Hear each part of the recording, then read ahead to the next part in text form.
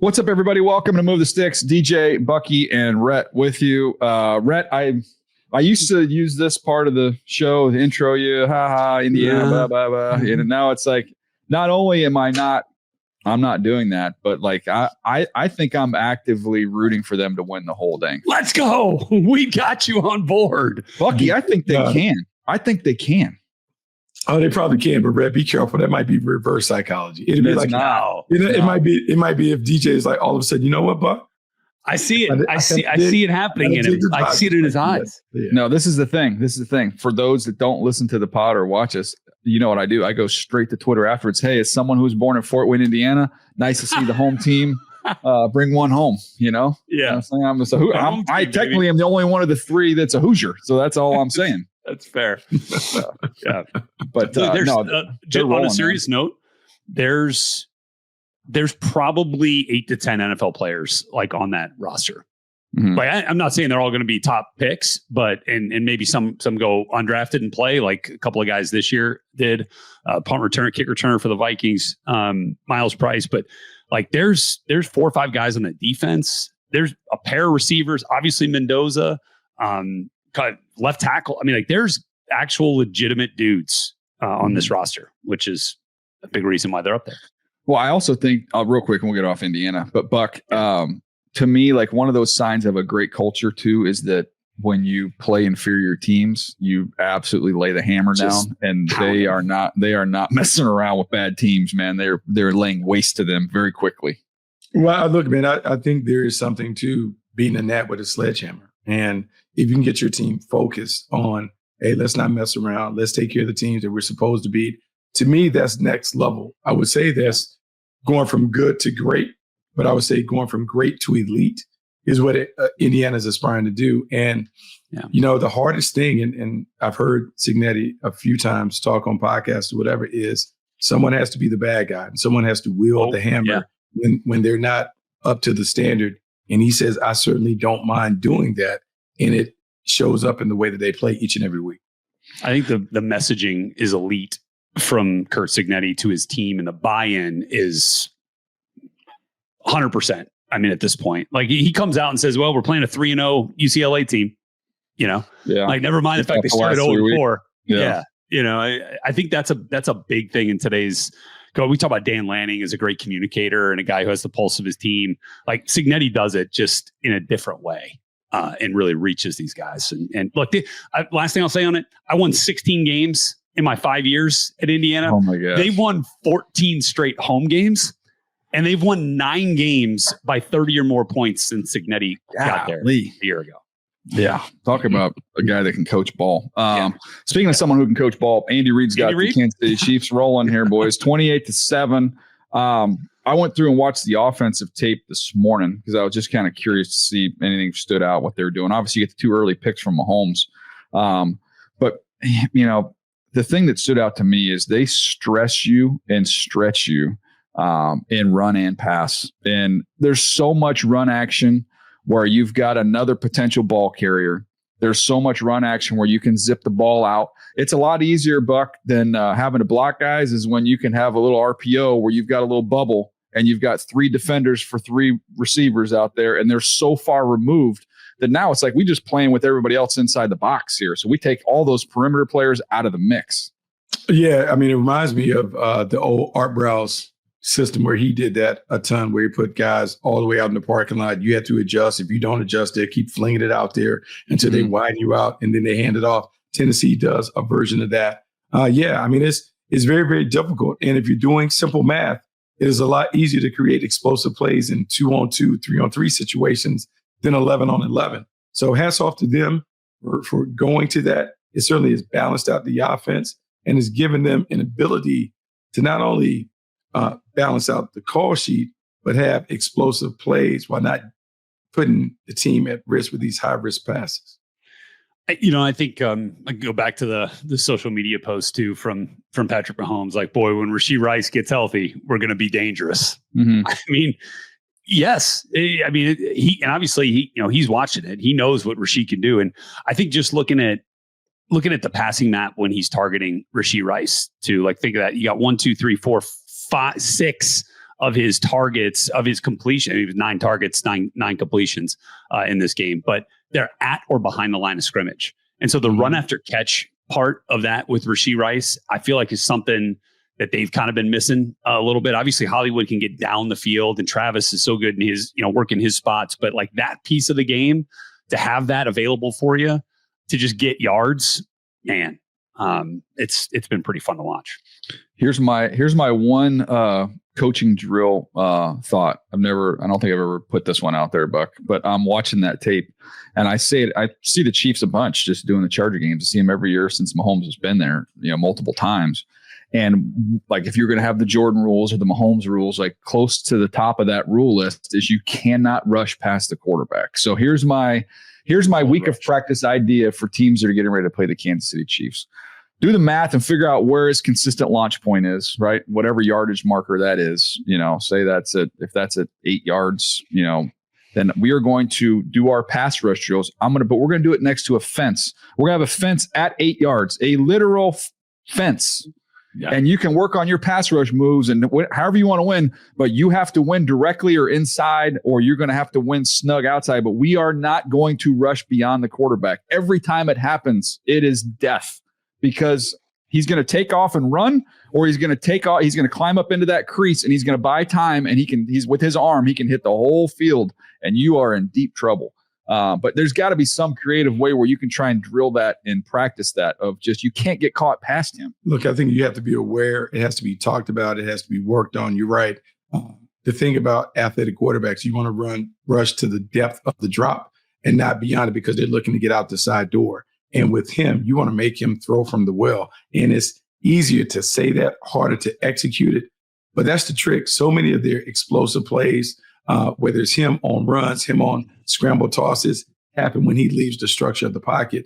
I want to keep him in the pocket and make him throw within a structured offense, so now I can know where the ball is going, as opposed to this free for all that we're having to defend. I'd rather literally break the cardinal rule of rushing inside off the edge and letting him bounce outside than rushing so wide and high that he can climb up, because when he climbs up, his shoulders are square and there's no blade of grass he can't hit. If you force him his shoulder to the sideline and you gave up contain, at least you cut half the field away. You don't cut any of the field away when you get caught high and up the field. So anyways, they're playing at a high level, even with the turnovers. They've got a lot of different ways to beat you. The other thing is kind of fun is some 4x1 stuff they're doing with the back, where they'll send the back over there and they've got legit 4x1, which I feel like we're seeing a little bit more of that, Buck, than we've seen as of late. Just kind of, that's a very college-y thing to look at. No doubt. Yeah, I mean, quads is very, very difficult to defend. It's one of those things that it'll stress you just in terms of just the strong flood passing game and being able to have enough bodies there while also protecting the backside. It is a collegiate thing, but we are seeing it kind of trickle its way up to the pros. All right, Rhett, I'll no longer delay the inevitable, and we can jump into the rookie draft. Oh, you sure? I wasn't sure you were coming back. We were worried. And yeah, Gav filled in for me last week. I think he got me at 4 points there. I'll take it. Yeah. Tied up Rhett. So right now, here's where we stand. We have Rhett at 37. It's a strong number. I'm at 32 bucks at 26. It just takes 1 week, Buck. We get one good week and we're right back. We're right back in this thing. I don't know, man. It's just he's having his way. I'm just feeling it right now. I know. Let me handle some business here. First of all, if you want to watch rookies and watch all these players, I would encourage you to sign up for NFL Plus Premium and check out NFL Pro, where you can access over 95 unique player and team performance stats, and all importantly, the All 22 film. It's available on desktop and the mobile web. So when that's how I'm doing it. We go to the rookie draft this week. Yeah. Look at that. Look who has the first pick. I'm telling you, man, this dude is over here making phone calls, DJ. He's making phone calls over the course of the weekend. He's over here checking in. Don't know what's going on. Yeah. I mean, insider trading. That's what we got. Well, I think there's just a clear-cut winner here for the number 1 overall pick again. You're going to go Tyler Warren again? Yeah. I mean, there's just, why wouldn't you get a solid? I'll give you a reason why right now, because I'm going to go Rondé Gadsden with the second pick. Okay. Who's been out playing him and who is going up against, let me check my notes, the Tennessee Titans this week. So I'll go with Rondé. Okay. He's on a 3-week heater right now, by the way. Yeah, he is. Tight end there, Buck. Let's go with Ashton Genty. Raiders are going against the Jags. I had going against myself. And then wide receiver. Oh, I know. I'm just going to stay in that game because Travis Hunter. Because I know they told me that's going to happen. Yeah. I think I've heard you say that before. Let me see. Hey, it worked out in London. Yeah, it's true. I've got a couple different options here. There's a running back I like, but I'm hoping the Rhett's not going to take him. So I could maybe hold off on that, come back to him. So you've got Genty and Hunter. I think I've got to do it here. I think I'm going to go T-Mac. Oh, okay. Some other good options, but that's where I'm going. Okay, so you're going to Tyrell McMillan. You're not sure. Look, that was like the only positive part of Andy Dalton's performance this last week for the Panthers. Yeah, he made some plays. Targeting Tyrell McMillan. Everything else was pretty bad. Okay. Boy, Scatterbo being out is just a tough one, Is it? Just leave my guy. Just leave me my guy. Don't take my guy. That's all I'm asking. It's just tough, man. Okay. So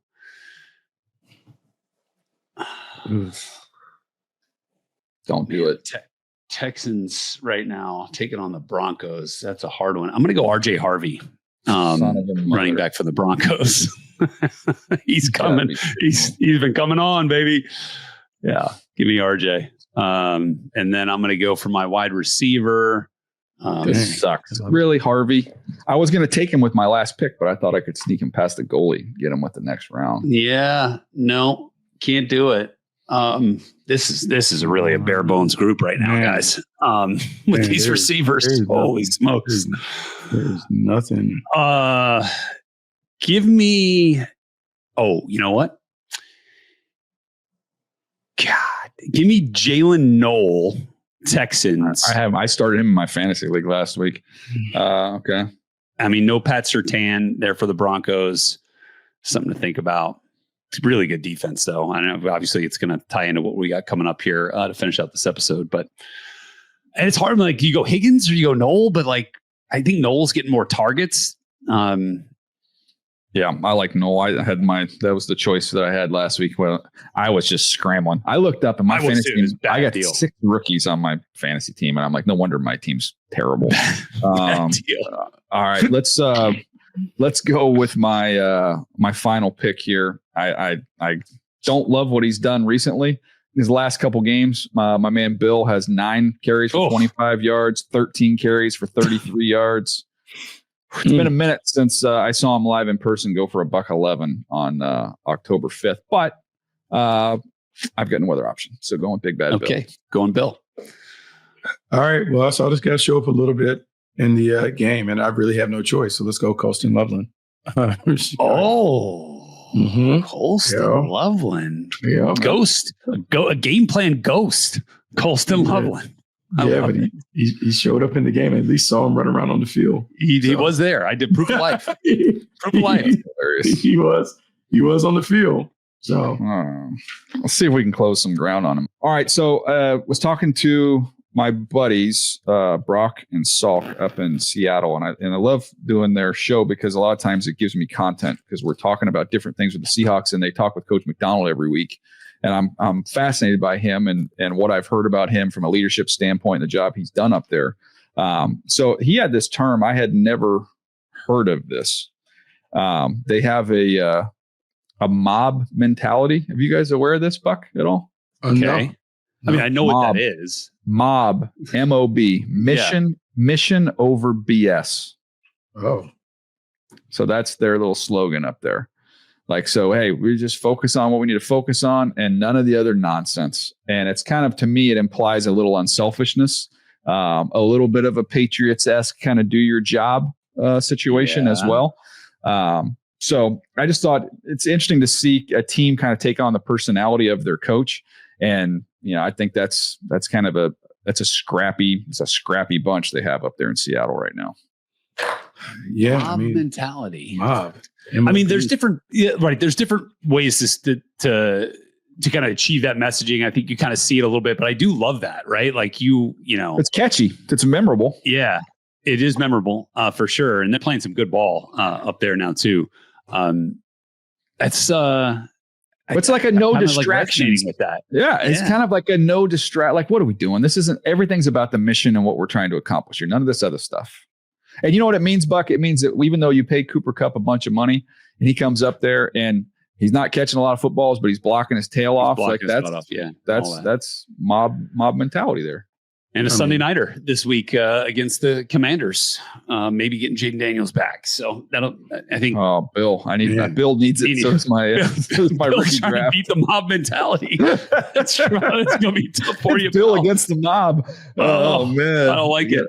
I don't know. Buck, give me your coachisms. What's a Bucky Brooks coachism that you've used with your high school team?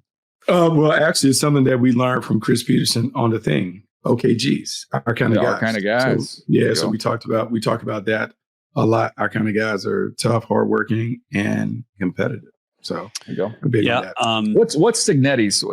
Surely he's got something. Fast, physical, relentless. It's like that's his mantra. But then it's like he is on the hunt for complacency at all times, right? That is like been his biggest thing this year, and he is hunting it out and seeking it out. And that's why when you see him on the sideline in the second half, he is on edge, right? Like he is on tilt. Like the most on edge I've ever seen was the second half of the Indiana State game when they're up 60-0. Like he is constantly like searching for someone to rip as an example of you taking your foot off the gas. And I kind of appreciate that. Like we've gotten some good ones. Our crew's had a chance to be around some fun head coaches with those kinds of things. Like Greg Schiano we had this past week with Rutgers, 4-game losing streak. All he talks about is chop, right? Keep chopping wood. Keep chopping. PJ Fleck obviously has row the boat. They talk about BCD a lot. Blame, complain, deflect, and how that can become a mentality when things aren't going your way. You're blaming somebody. You're complaining about something. It's like get away from the BCD mindset, right, and focus in, on the things that are going to allow you to break this streak. I think that's a pretty important one too, and it's an easy one for anybody in any walk of life to get caught up in when things aren't going your way. No, it is good. I mean, to me, I think that's when you have a good slogan or a good mission statement is you can remove it from the football world and it applies correct in regular life. So that is interesting. I like that one. All right, guys, it is time for Hot or Not, brought to you by Wasabi Hot Cloud Storage. We do this each and every week. Our hot coordinator of the week, and it's what he's done all year long. Vance Joseph, big win over the Cowboys for the Broncos, 44-24, held Dak Prescott to a season low 51.5 passer rating. You look at where they are right now as a defense. In 2025, number 5 scoring defense, number 5 total defense, number 1 in sacks, number 1 in pressure rate, number 1 in defensive success rate. Pretty incredible. If you look at his background, this is the most incredible part. And I think this is under discussed. Think about humility, and we talk about that a lot. Oh, we got to be hungry, humble, and smart. That's kind of like one of those catchphrases. Mm-hmm. Vance Joseph was the defensive coordinator prior in Arizona. But before that, in 17 and 18, a very brief stint as the Denver Broncos head coach. Think about the humility it takes to come back into the same organization, into the same building where you were once the head coach, come back as the defensive coordinator with Sean Payton there as the head coach. And I don't think you've heard anybody ever even talk about it. He just went in there, did his job, and Buck, he's doing his job at a very, very high level. Yeah, I mean, in fact, he's doing it at a level that he might have an opportunity to be a head coach again, just based on success of their team, particularly back-to-back years. And I think what's really important is at one point, this team gave up 70 points on defense. Sean Payton stuck with them. Vance Joseph didn't change his approach when it came to the players. They got better and better and better. And you think about, since that point, how dominant this defense has been. When you think about a defensive player of the year candidate and some of the other players who have flourished within this system, he's going to have a pretty good resume to build when it comes time to have that conversation on which coaches should be hot candidates to get a head coaching gig. One of those guys that you're talking about, Zach Allen. I'd love to get, at one point, I'd love to get a report from you on DJ on Zach Allen, 3rd round pick in the 19 draft. Cardinals, 19 draft. Boston College. Yes, indeed. Boston College. Kind of a, not your typical interior D lineman in the league, like a little bit lighter. I think he's sub 300 pounds, like 285.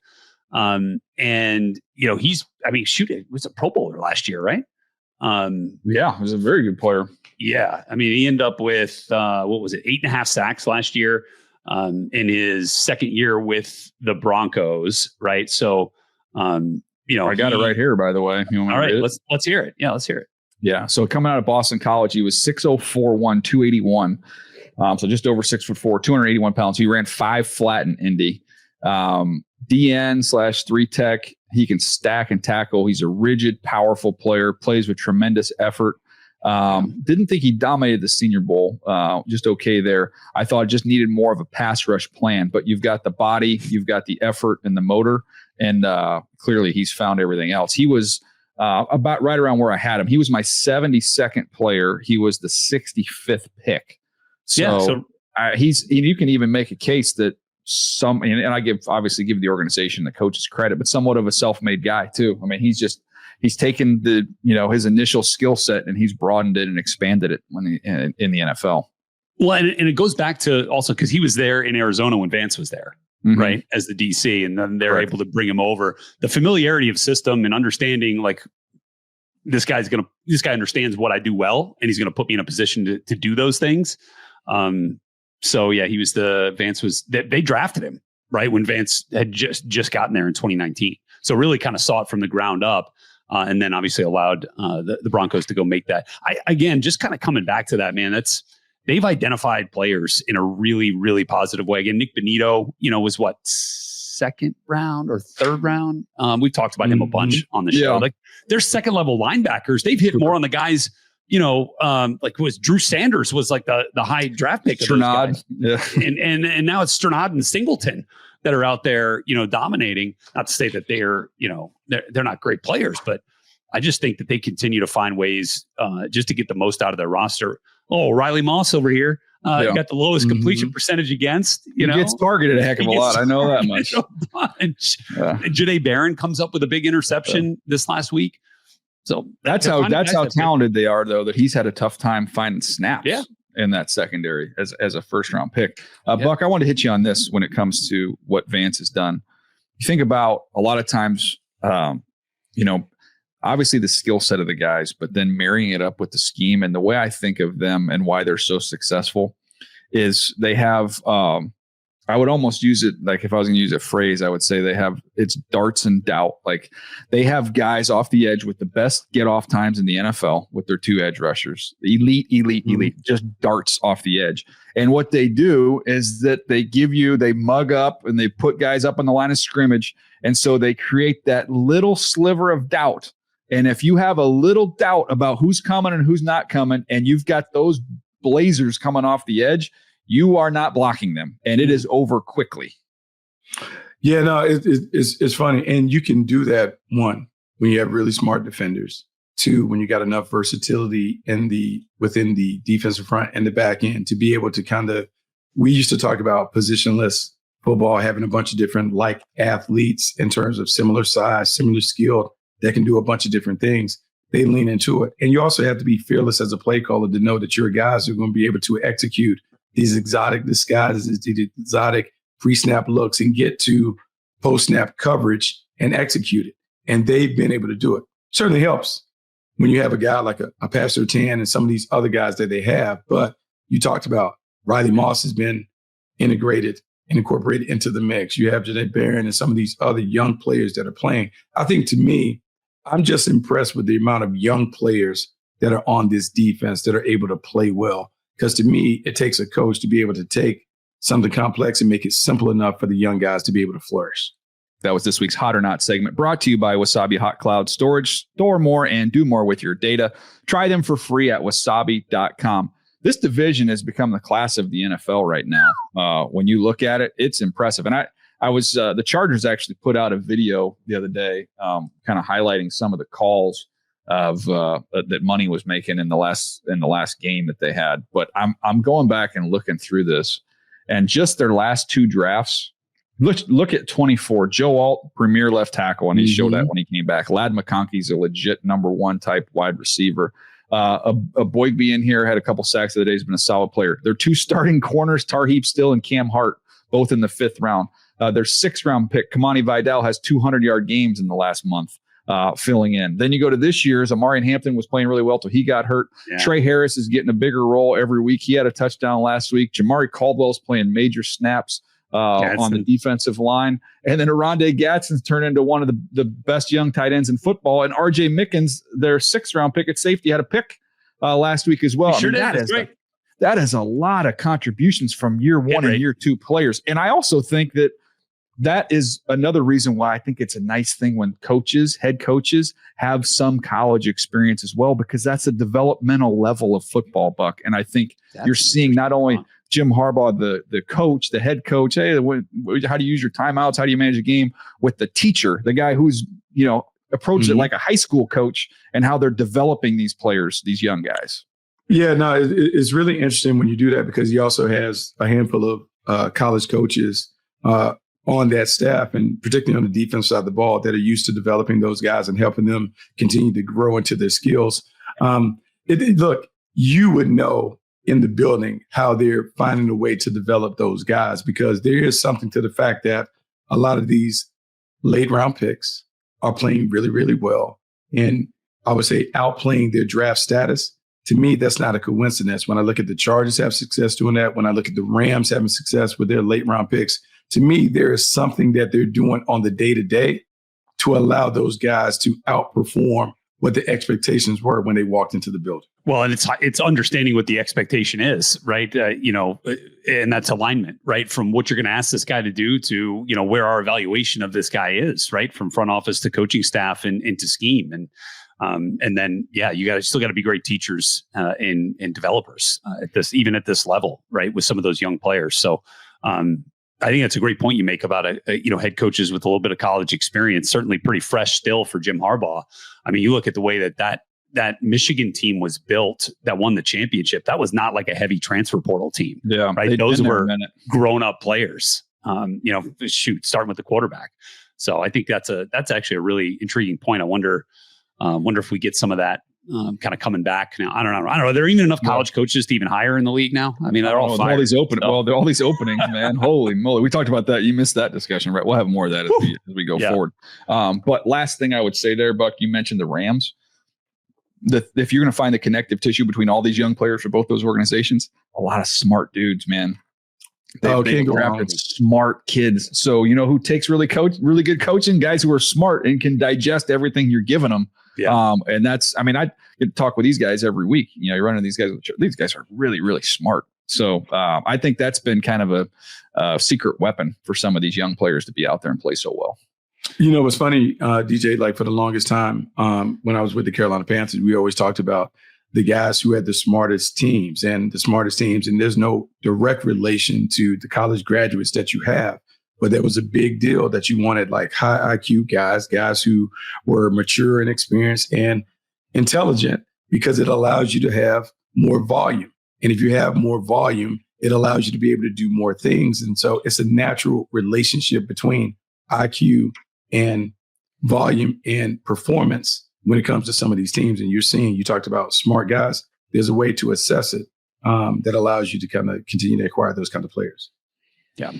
No, it's been it's a great point. Very fascinating. By the way, we have got a awesome guest coming up on Thursday's show. Andrew Luck. Cannot wait to visit with him. He's going to join us on Thursday, doing a nice job up there at Stanford as they're trying to make that whole entire program over, Rhett. Can I ask you something on that front? One of the names that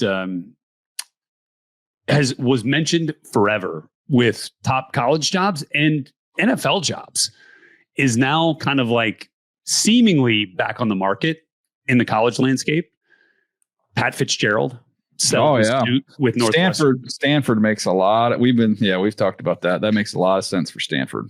It might make sense for more than just Stanford. There's not enough like brand name coaches to fill these brand name vacancies right now. Yeah. So I'd be really curious to see what kind of interest that gets. But certainly Stanford would make a lot of sense there. The thing is, and we discussed it briefly the other day, is when you have this many marquee openings, you know what that means? We're going to get a lot of other just below marquee openings, because those teams don't go shopping grab them at the discount store. They're going to create a lot. Sure. There's going to be a domino effect all the way throughout this whole coaching carousel season we're getting ready to have. All right. Well, this is a fun one. Appreciate everybody hanging with us here. We will see you next time. Again, Andrew Luck will be with us on Thursday, so wait for that one. Should be a great conversation. We'll see you next time right here on Move the Sticks.